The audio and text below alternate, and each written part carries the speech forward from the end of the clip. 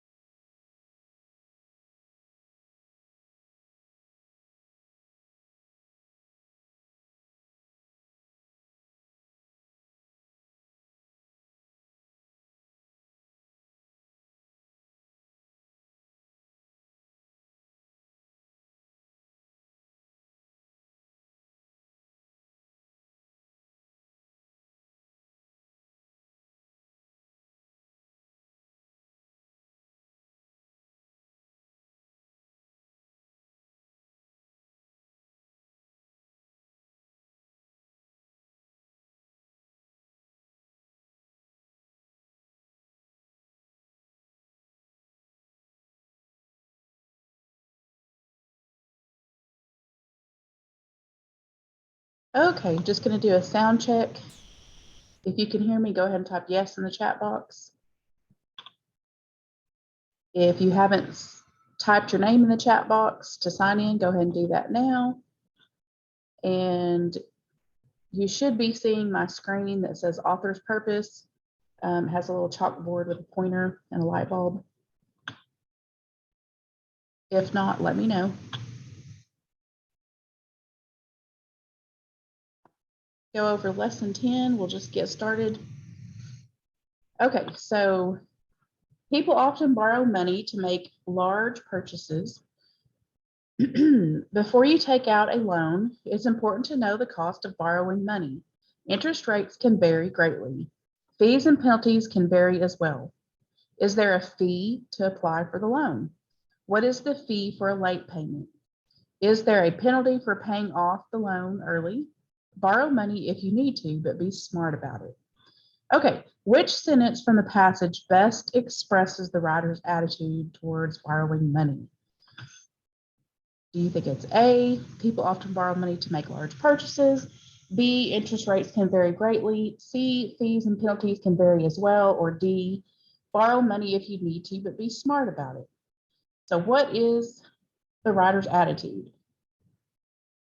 Okay, so we're talking about attitude. So he's given us a lot of information and questions, but his basic attitude is borrow money if you need to, but be smart about it. Right here. So the answer to that would actually be D.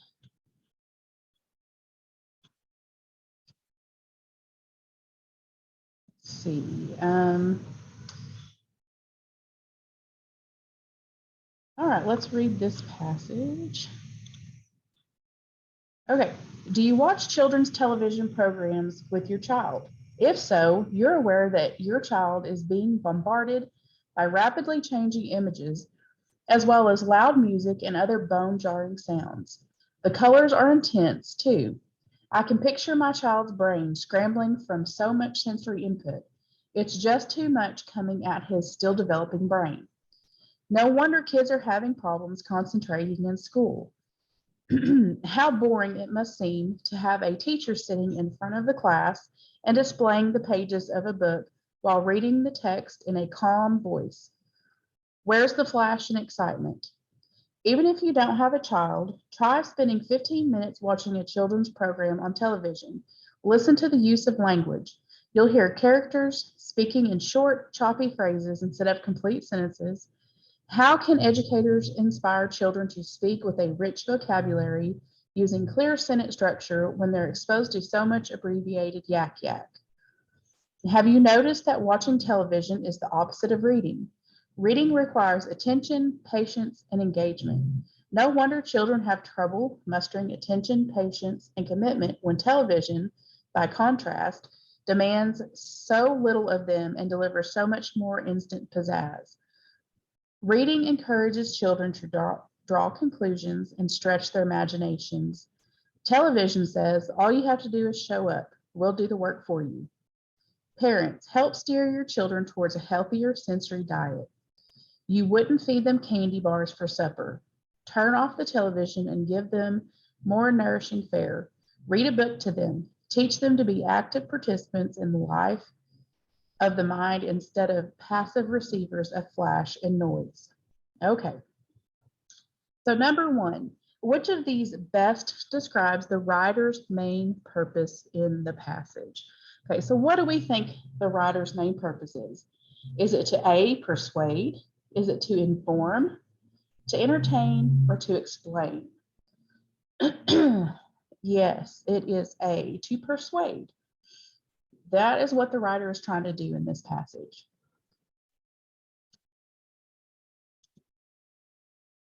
That is A. Which sentence from the passage best expresses the writer's attitude towards children's television? Is she amused by how much trouble television producers go in order to keep children's attention? Is she worried that it might be harmful to those children who are sensitive to loud noises?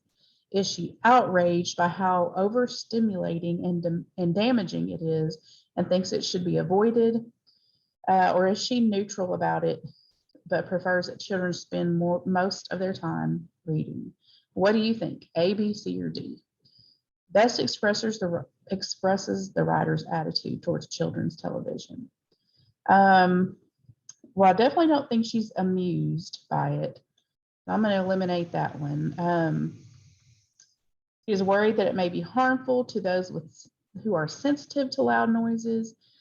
She says something about that, but I don't think that's what the whole attitude of the passage was. Is she outraged by how overstimulating and damaging it is and thinks it should be avoided? Yes. So the answer would be C. She's definitely not neutral. She has an opinion about it, clearly. So the answer would be C. She's outraged. Okay. I might have somebody else trying to join. Let me see if I can let her in. If you're just now joining us, go ahead and type your name in the chat box to sign into class, please.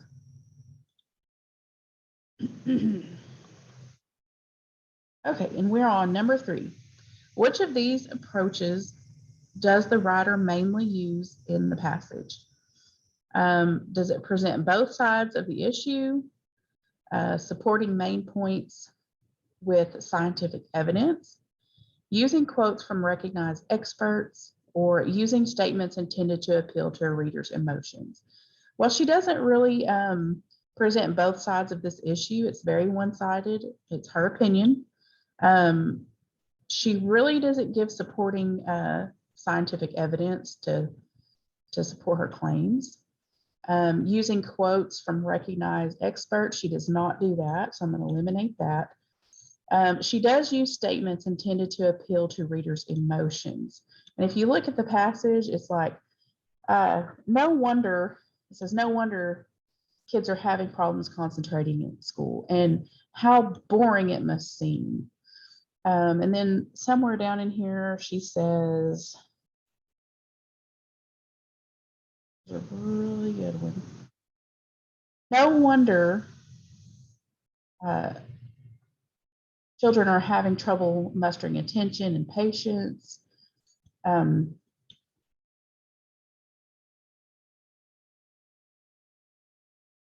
So she is appealing to your emotions, especially as a parent. If you're a parent and she's saying, well, no wonder they can't pay attention, because there's not all this flashy lights and and no wonder they can't pay attention in school. Well, in general, as parents want their children to do good in school. And if you start appealing to their emotions about that they're going to pay attention and say, hey, well, maybe I need to pay attention. Maybe I'm doing something wrong. Okay, so she's trying to, or he or she, the writer, is trying to appeal to the reader's emotions. Okay, number 4, which of these would most likely strengthen the writer's argument in the passage? Okay, would it be listening to a children's television program? I don't believe that's it. Using facts or statistics to support her main points. This would definitely help. If you can back this up with some type of statistic or science, then that would most likely strengthen her argument that children's television is not. Using quotes from children who enjoy watching, that wouldn't do any good. Using quotations from parents who monitor screen time, that really wouldn't do any good. So the best thing would be using facts or statistics to back up her claim.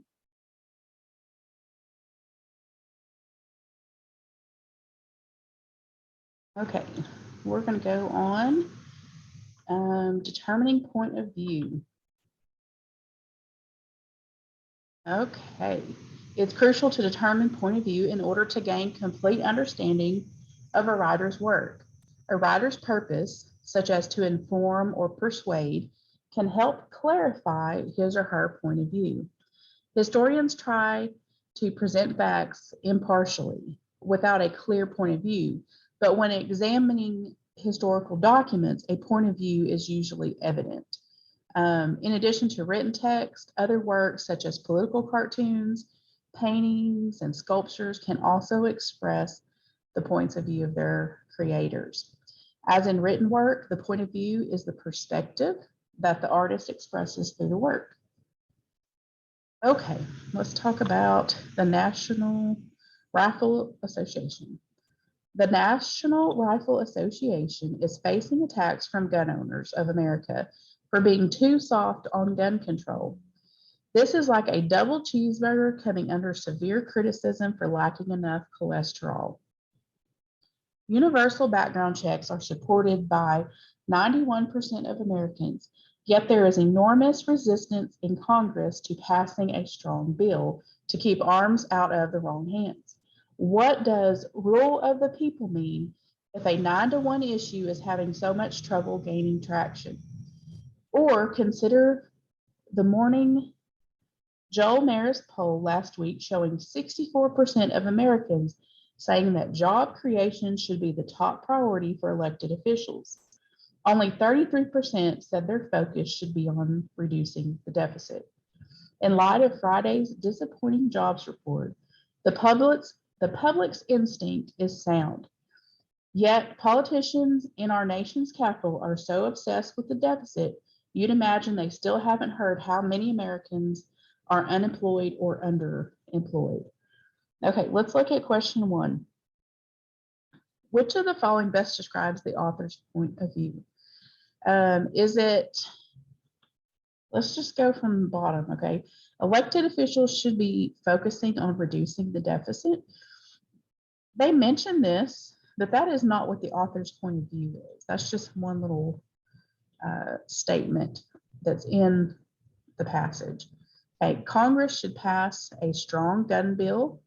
It's not really saying whether they should or shouldn't, so I'm going to eliminate that one. Is it that the National Rifle Association is too soft on gun control?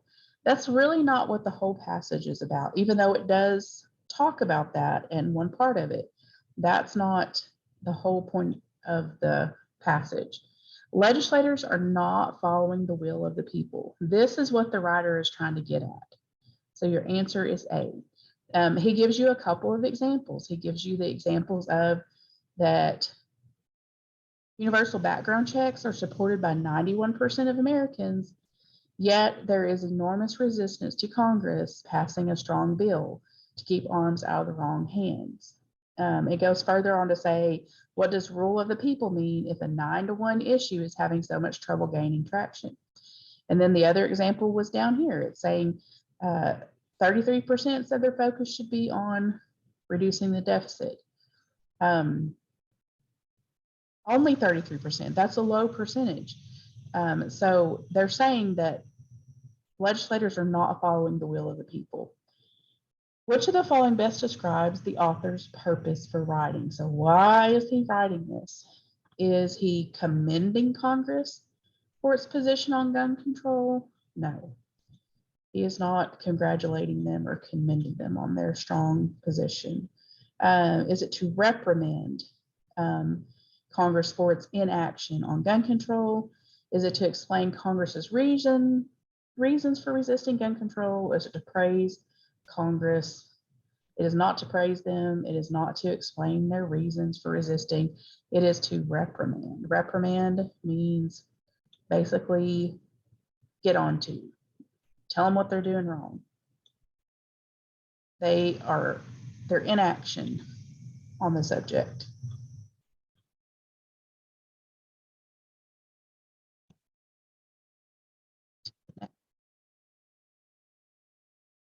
Study the information in the excerpt, read each question, then choose the best answer.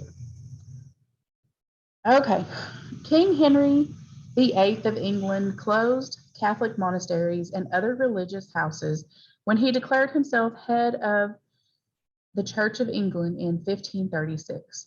The poor, along with older people and people with disabilities,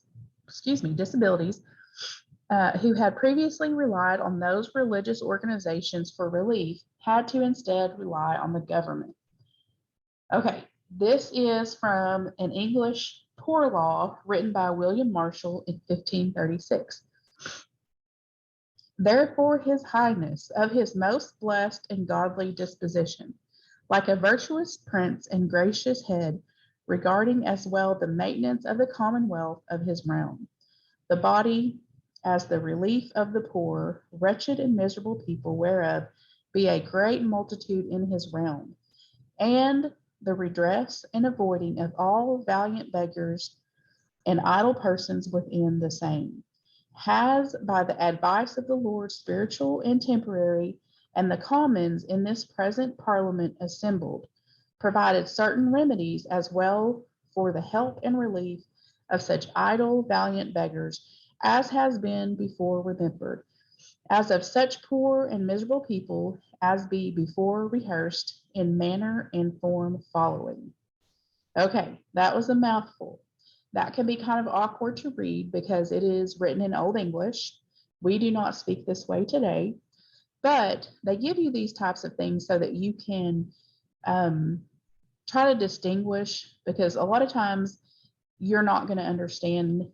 Things are going to be written in a different style from a different time period, but we need to learn how to be able to dissect this writing. Okay. So what can be determined about the king's point of view before in England? Is it that he views them with love?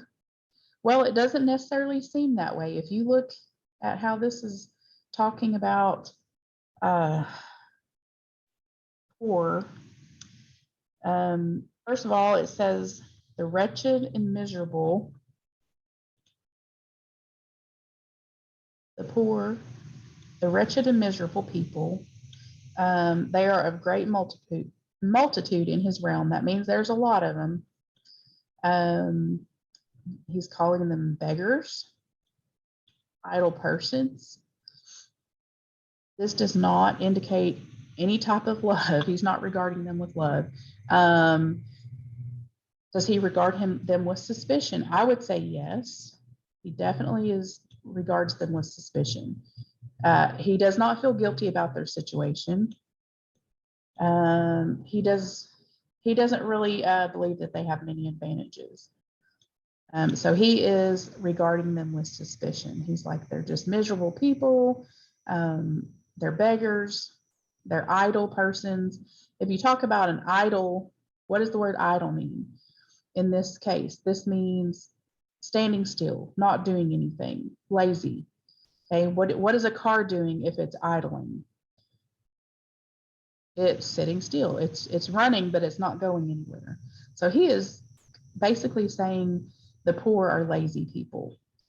Okay, based on the tone of this law, which of the following was most likely a provision of the law? Anyone expressing need for aid would receive it. This does not give me that impression, this tone. Jobs were found for all the poor people. Begging would be legal. I don't believe that this would be correct. It doesn't say that they would find jobs for them. Most likely, poor children would be provided with apprenticeships. This is something that would most likely come from this tone of law. If you give someone an apprenticeship, you're not giving them a job. You're giving them the opportunity to gain some type of skill to get a job. Okay, so he's not going to hand the lazy people, money or jobs, but he's most likely going to give them, some type of opportunity to make something of themselves. Okay, so this would be the tone of this passage. Any questions about that?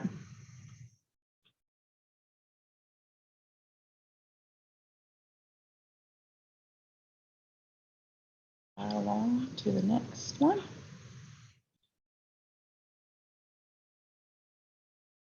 Study the information, read each question, then choose the best answer. This is from Chinese Emperor Kong, the Sacred Edicts, and it's from 1670. Highly esteem familiar piety and the proper relations among brothers in order to give due importance to social relations. Give due weight to kinship in order to promote harmony and peace. Maintain good relations with the neighborhood in order to prevent quarrels and lawsuits. Give due importance to farming and the cultivation of mulberry trees in order to ensure sufficient clothing and food. Be moderate and economical in order to avoid wasting your livelihood. Make the most of schools and academics in order to honor the ways of scholars. Denounce strange beliefs in order to elevate the true doctrine. 8, explain laws and regulations in order to warn the ignorant and obstinate. 9, show propriety and courtesy to improve customs and manners. 10, work hard in your professions in order to quiet your ambitions. Okay, in which of the following ways can the second part of each of the edicts be characterized? Okay, is it threatening? I don't believe that that is the answer. Is it explanatory? It is explanatory. It's not persuasive. It's not cryptic. So if you're looking at, this is an edict, each one of these, it's kind of like a rule. An edict is a rule or a law. If you look at the first part, it tells you what to do. Highly esteemed, familiar, piety, and proper relations among brothers. So basically, put getting along with your brothers in high priority. Okay. If you do that, it will give due importance to social relations. So it's explaining why you should do that. If you look at the second one, give due weight to kinship. Why would you do that? In order to promote harmony and peace. So it's explanatory. The second part of each one of these is an explanatory statement. Okay. Think about the author's purpose for writing these edicts. Which of the following are these edicts most similar? Is it instructions for assembling an appliance? No. Series of email messages about a project? No. A list of civic responsibilities? Yes. All of these have to do with civic responsibilities, dealing with others, living with others in society. That's what these are meant for. This is not a timeline of historical events. So the answer is C, a list of civic responsibilities. I realize these can be difficult. The reason they give you these is so that you can basically practice. It gives you practice. It makes you use your brain. It makes you look for keywords and things like that whenever something doesn't come right out and say, especially in plain language. So they want you to pay attention to the tone, keywords, things like that. Okay, it's just to provide you with some practice. Okay, let's see here. The political cartoon here. First, let's just look at this. Let's talk about maybe some observations here. Okay, first of all, it's got a title. It says, "It is all right to seat them. They are not Americans." That's the title. And then it also has a date, so it's in 1961. Um, let's see, let's just look at the picture. So you have a few things. It looks like you have maybe some type of hostess right here, this lady. And then it looks like you have maybe a manager of some sort. You have a guy sitting down at a table eating. It looks like in the background, it's like a dining room. It's got people sitting down at tables. And then you have some people waiting. So it looks like they're waiting to be seated at the restaurant. These people, these two people right here, they do look a little different. They look like they're darker skinned. They have different types of clothing on, like this one has a turban on his head. This lady has a long gown type garment on, very different from this lady that looks like she's the hostess, that she's seating people. Okay, so just a few observations just by looking at it. Okay, so let's read this.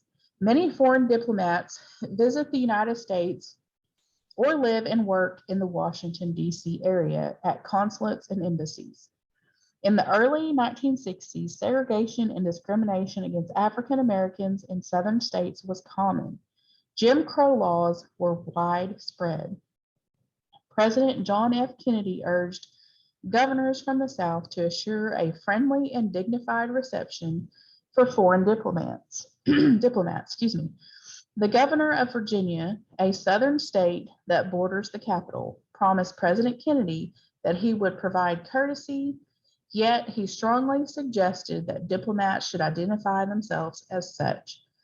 This political cartoon by Herb Bloch was published in the Washington Post on April 27, 1961, and is based on an actual occurrence. Okay, so anybody know what Jim Crow laws were?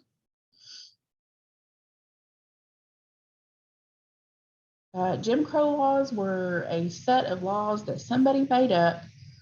They weren't really laws, although half the country lived by them at the time. In 1961, there was still slavery. There was still segregation in the United States of black and whites. Jim Crow laws were a set of laws that somebody wrote up saying basically how blacks should be treated in America. They should not be, in the same schools as white people. They shouldn't eat in the same restaurants and so on and so forth. So this is the time period that we're dealing with. Okay. Number 7 says, which would you interpret as the cartoonist's viewpoint on the situation depicted in his cartoon? Is it he believes it makes sense for diplomats to identify themselves? B, he finds it absurd that foreigners are treated with more respect than Americans. Or C, he believes that the restaurant owners and employees are capable of making distinctions between Americans and foreigners. Or D, he believes it would be best if foreign diplomats did not dine in restaurants in southern states. Well, the answer is B. He finds it absurd that foreigners are treated with more respect than Americans.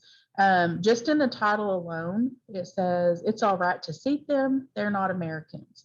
So basically, Black people, African Americans, they were Americans. They were American citizens, but they were treated differently in America. And then you have these foreign diplomats that maybe look the same, have the same skin tone. They may have even been African of some sort, but they are in the United States as a diplomat, not as a common African American, person. So he was saying it's absurd that foreigners are treated with more respect than Americans. That was his viewpoint. That's what he was trying to get across. That was his point. Okay. Let's see. Study the information, read each question, then choose the best answer. The following is a response to an article that was published in the Washington Post on October 24th, 2012, entitled U.S. Set to Keep Kill List for Years. The response was written by Bruce Fein of Washington, D.C., who was Associate Deputy Attorney General of the United States from 1981 to 1983. Endowing the president with the authority to play prosecutor, judge, jury, and executioner of any person on the planet, including U.S. citizens, that he secretly and unilaterally decrees to be dangerous to the United States, epitomizes the executive tyranny that provoked the American Revolution. Neither in text nor subtext of the Constitution is there a syllable hinting at such harrowing power. The U.S. government has crossed into lawlessness, inviting every man to become a law unto himself. To borrow from words by Thomas Jefferson about slavery, I tremble for my country when I reflect that God is just and that his justice cannot sleep forever. Okay, which of the following best describes the point of view of the writer? He believes that the president should be law unto himself. No, he does not. Let's see. This does not give that impression. This is definitely not the writer's point of view. He is saying, if you look right here, it says, endowing the president with the authority to play prosecutor, judge, jury, and executioner of any person on the planet. And then he says, this epitomizes executive tyranny. Okay, so if it's tyranny, that means that you're just a tyrant, like you think that you control everything. Okay, and so this is definitely not what the author is trying to say. Is he trying to say that he believes that the decisions mentioned in the original Washington Post article should be made by consent of the people? Not exactly. He believes the rule of law is not being followed. This is what he's getting at. He is not concerned that the separation of powers is too limiting. Based on the tone of his response, which of the following was most likely discussed in the original article? The winding down of counterterrorism efforts, the intention of the U.S. government to continue adding names to kill lists, the government's decision to phase out drone strikes, the intent to clarify government information on terrorists. Well, it is B.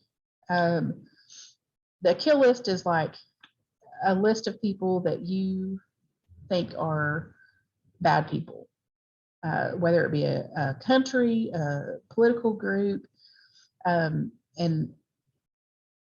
he mentions this. The U.S. set to keep kill lists for years. And so the whole article is about the president alone should not have the power to say who is good, who isn't good. That should be a joint decision between lawmakers, senators, congressmen, people of America. It should not be solely up to the president of the United States. That's too much power. Okay. Let's see. So this is from Introduction to the Politics of Executive Privilege by Lewis Fisher. Presidents and their advisors cite various legal principles when they withhold documents from Congress and refuse to allow executive officials to testify before congressional committees. Congress can marshal its own impressive list of legal citations to defend legislative access to information, even when presidents assert executive privilege. These legal and constitutional principles, finely honed as they might be, are often overridden by the politics of the moment and practical considerations.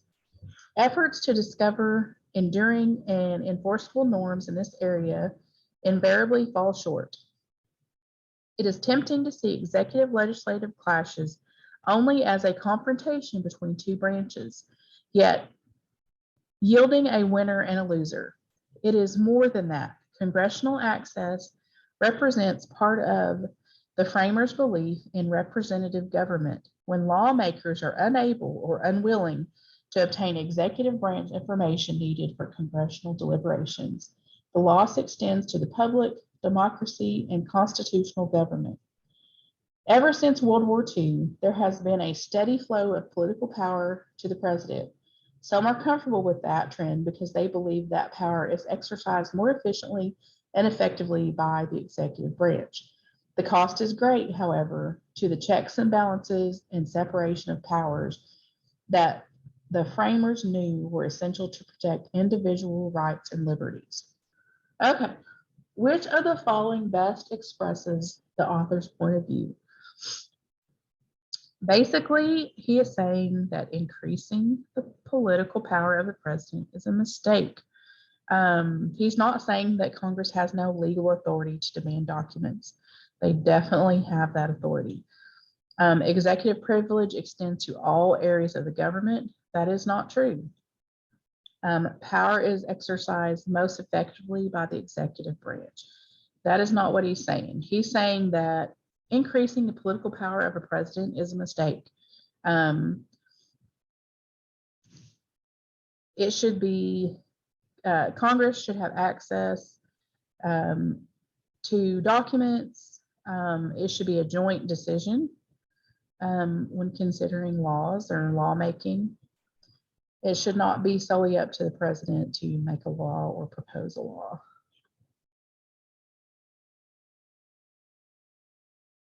Here, primary and secondary text. Okay, so we talked a little bit about this.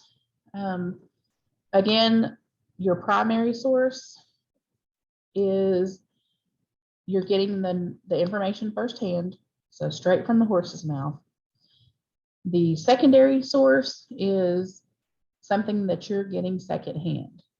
We gave the example in our lesson, Martin Luther King's I Have a Dream speech. If you were there witnessing it, that is a primary source. If you heard about it later or read about it later in a news article or on television, that is a secondary source, okay? So let's talk about this. So this is a secondary source. During World War II, African Americans protested discrimination in the workplace. At that time, defense companies were refusing to hire African Americans. These companies had contracted with the government to produce goods they needed by the military. African American leaders decided to highlight this injustice by organizing a march on Washington, D.C. in 1941. They wanted to get the attention of President Franklin D. Roosevelt and the nation and to persuade the president that African Americans deserve the same employment rights as white Americans. A week before the march was to take place, President Roosevelt issued Executive Order 8802, a presidential order requiring factories with defense contracts to end discrimination in the hiring and promoting of employees. The order opened opportunities not only for African American males, but for women as well. Primary sources. This was the Executive Order 8802 from June 25th, 1941. Whereas it is the policy of the United States to encourage full participation in the National Defense Program by all citizens of the United States, regardless of race, creed, color, or national anthem, in the firm belief that the democratic way of life within the nation can be defended successfully only with the help and support of small groups within its borders. And whereas there is evidence that available and needed workers have been barred from employment in industries engaged in defense production solely because of consideration of race, creed, color, or national origin, to the detriment of workers' morale and of national unity. Now, therefore, I do hereby reaffirm the policy of the United States that there shall be no discrimination in the employment of workers in defense industries, or government because of race, creed, color, national origin. And I do hereby declare that it is the duty of employers and of labor organizations to provide for the full, equitable participation of all workers in defense without discrimination because of race, creed, color, or national origin. So, what does the secondary source provide that does not appear in the primary source?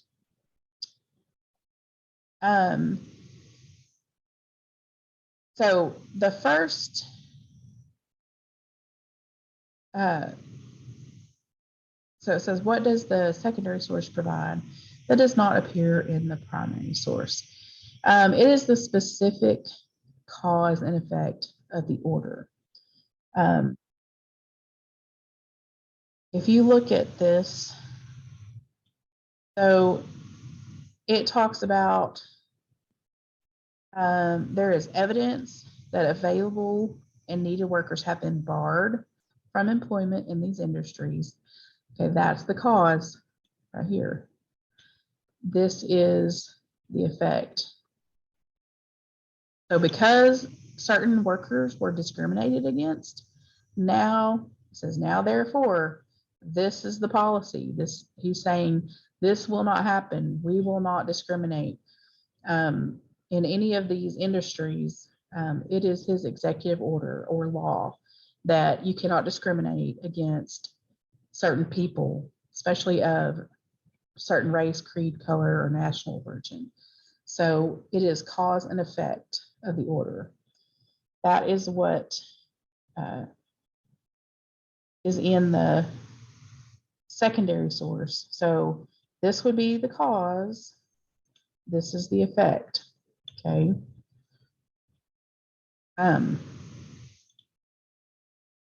What happened was, before this order came out, they were about to take to the streets in protest. And they were gathering, they were rallying for this protest. And President Roosevelt got wind of it, and he did not want that to happen. He did not want, this big protest that could start a riot and things like that. So because of them organizing this protest, he made an executive order to talk about it and to head it off at the pass, so to speak. Okay, let's see here. What else do we have? Okay, we're down to our last lesson. This was still, again, talking about primary and secondary sources. So passage A, the War of 1812 was fought between Britain and the United States from 1812 to 1815. Some have called it the Second American War for Independence. The war began when the United States charged the British with violating American shipping rights. The British had forced American merchant sailors to serve their ships. During the war, James Madison was serving as the fourth president of the United States. His wife Dolly had taken charge of decorating and furnishing the White House. She had also become known throughout Washington for her wit, social graces, and keen grasp of politics. On August 22nd, 1814, President Madison left the city to meet his generals. Before he departed, he asked Dolly whether she felt brave enough to stay in Washington and wait for his return the next day. He also asked his wife to collect important papers and to be ready to leave the White House at a moment's notice. The next day, it was clear to British troops that British troops were advancing on the city. Dolly decided to leave behind her personal belongings and those of her husband. Instead, she put her energies into saving cabinet papers.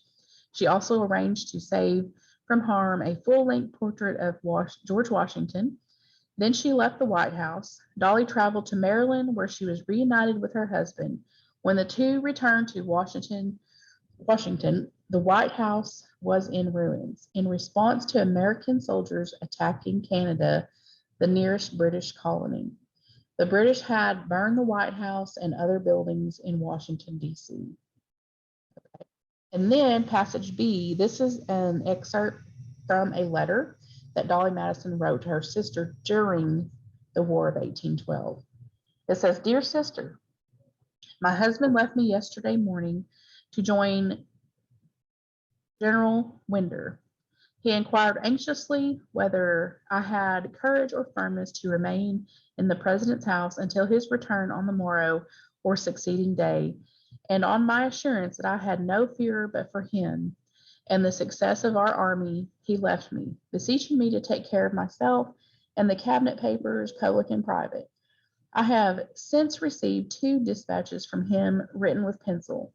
The last is alarming because he desires I should be ready at a moment's warning to enter my carriage and leave the city. That the enemy seems stronger than had been reported, and it might happen that they would reach the city with the intention of destroying it. I am accordingly ready. I have pressed as many cabinet papers into trunks as to fill 1 carriage. Our private property must be sacrificed, as it is impossible to procure wagons for its transportation.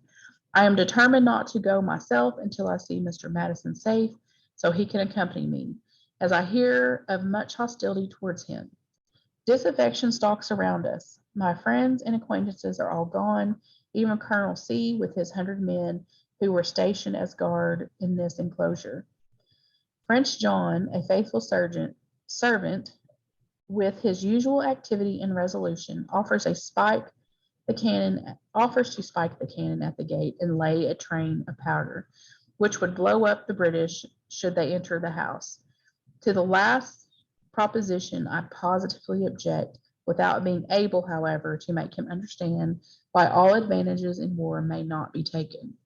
Okay, so why is passage B an example of a primary source? Is it because it is written during an historic event? It provided a unique point of view. It was written by the wife of a president, or D, it was firsthand account of an experience. Well, the answer is D. It is the firsthand account. So passage B, this is a letter. This is Dolly's letter, and she is stating what is happening as it is happening. Okay, she was the one that was there experiencing this. So it is a firsthand account. Read the sentence from the passages. Let's see. So passage A, before he departed, he asked Dolly whether he felt brave enough to stay in Washington and wait for his return the next day. B says he inquired anxiously whether I had courage or firmness to remain in the president's house until his return on the morrow. Okay, so they're both similar. They're both kind of saying the same thing. What is the main difference between these sentences, though? Well, if you look closely, sentence B, or passage B, it more vividly conveys the president's concern. So if you look at it, he says he inquired anxiously whether I had the courage or firmness to remain. So it's kind of given a more description of the situation, whereas in passage A, it just says before he departed, he asked if she felt brave enough. Okay, but in passage B, it says he inquired anxiously whether I had the courage or firmness to remain in the president's house. Okay, so it's showing a little bit more emotion and concern. Okay, number 3, what does the information in both passages suggest? Well, they both suggest that Dolly was thoughtful and courageous. Okay, it's not that President Madison was wrong to leave. She didn't really regret. I mean, she said it was a sacrifice, but she had no regrets about that for leaving behind personal belongings.